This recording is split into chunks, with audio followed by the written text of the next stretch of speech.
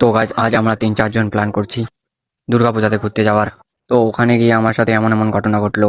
তো দেখতে থাকো পুরো ভিডিওটা।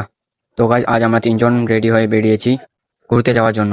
পুজোর মধ্যে টোটো অনেক সস্তা, তাই রাস্তার পাশে একটা টোটো কিনে নিয়ে লোকেদের ডাকতে থাকি, আসো আসো 5 টাকায় দিন হাঁটা, 5 টাকায় দিন হাঁটা, তাড়াতাড়ি আসো। গাইজ তারপর রাস্তা আর আমার মুখ দেখতে দেখতে চলে যাই। তারপর টোটো থেকে নামতে দেখি আমার স্বপ্নের গাড়ি দাঁড়িয়ে আছে এখানে। গাইজ দেখো আবার ঢোল বাজাচ্ছে এখানে। গাইজ আরো কিছুক্ষণ হেঁটে এগিয়ে যাওয়ার পর আমরা ঢুকে পড়ি একটা মণ্ডপের মধ্যে। তো দেখতে থাকো পুরো মণ্ডপের ভিউটা। দেখো দেখো দেখো দেখো দেখো দেখো। গাইস মণ্ডপ থেকে বেরিয়ে আবার দেখতে পারি এখানে ঢাক বাজাচ্ছে। তো এখন যাবো আমরা আর একটা মণ্ডপ। এখানে এসে দেখি বিখ্যাত সিঙ্গার তার ফটো লাগানো আছে। গাইস আগেরটার থেকে এটা আরো অনেক সুন্দর দেখতে। বাইরেটা দেখলে এখন ভিতরেটা দেখো, খুব সুন্দর।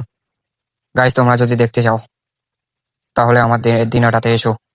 গাইস উপরে অনেক গ্রহ ঝুলে আছে আর ঘুরতেছে।